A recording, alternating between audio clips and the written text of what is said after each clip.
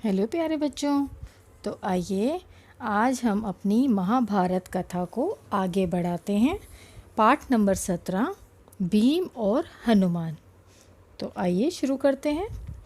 सुहावना मौसम था। द्रौपदी आश्रम के बाहर खड़ी थी।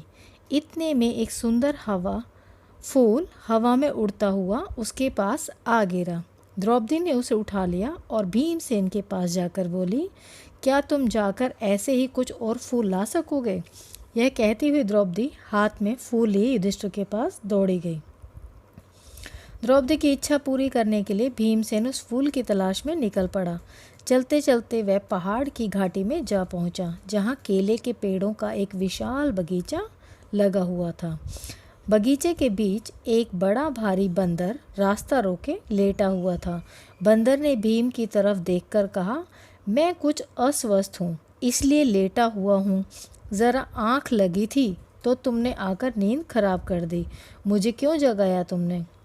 एक बंदर के इस प्रकार मनुष्य जैसा उपदेश देने पर भीमसेन को बड़ा क्रोध आया और बोला, जानते हो मैं कौन हूँ?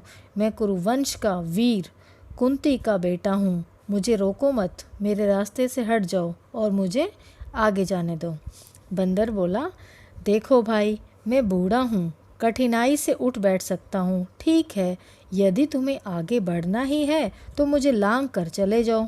भीमसेन ने कहा, किसी जानवर को लांगना अनुचित कहा गया है, इसी से मैं रुक गया, नहीं तो मैं कभी का तुम्हें एक ही छलांग में लांग कर चला गया होता।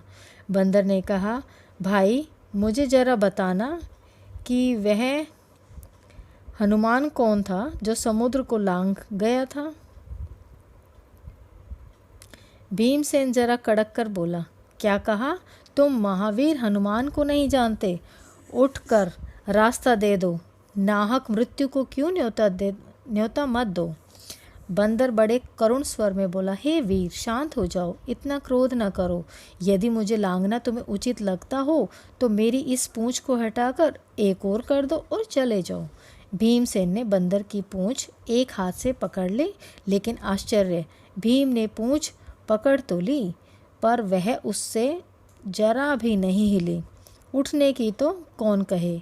उसे बड़ा ताज्जुब होने लगा कि यह बात क्या है। उसने दोनों हाथों से पूंछ पकड़कर खूब जोर लगाया, किंतु पूंछ वैसी की वैसी ही धरी रही। भीम बड़ा लज्जित हुआ, उसका गर्व चूर हो गया। उसे बड़ा विस्मय होने लगा कि मुझसे अधिक ताकतवर यह कौन है। भीम के मन में बलिष्ठों के लिए बड़ी श्रद्धा थी। वह नम्र हो गया, बोला, मुझे क्षमा करें, आप कौन हैं? हनुमान ने कहा, हे पांडुवीर, हनुमान मैं ही हूँ, वानर श्रेष्ठ। मुझसे बढ़कर भाग्यवान और कौन होगा जो मुझे आपके दर्शन प्राप्त हुए। कहकर भीमसेन ने हनुमान को दंडवत प्रणाम किया। मारुति ने आशीर्वाद देते हुए कहा, भीम, युद्ध के समय तुम्हारे भाई अर्जुन के रथ पर उड़ने वाली ध्वजा पर मैं विद्यमान रहूँगा, विजय तुम्हारी ही होगी। इसके बाद हनुमान ने भीमसेन को पास के झरने में खिले हुए सुगंधित फूल दिखाए। फूलों को देखते ही भीमसेन को द्रौपदी का स्मरण हो आया। उसने जल्दी से फूल तोड़े और वेग से आश्रम की ओर लौट गया। तो बच्चों, ये कथा थी भीम और हनुमान जी के मिलने की। धन्यवाद।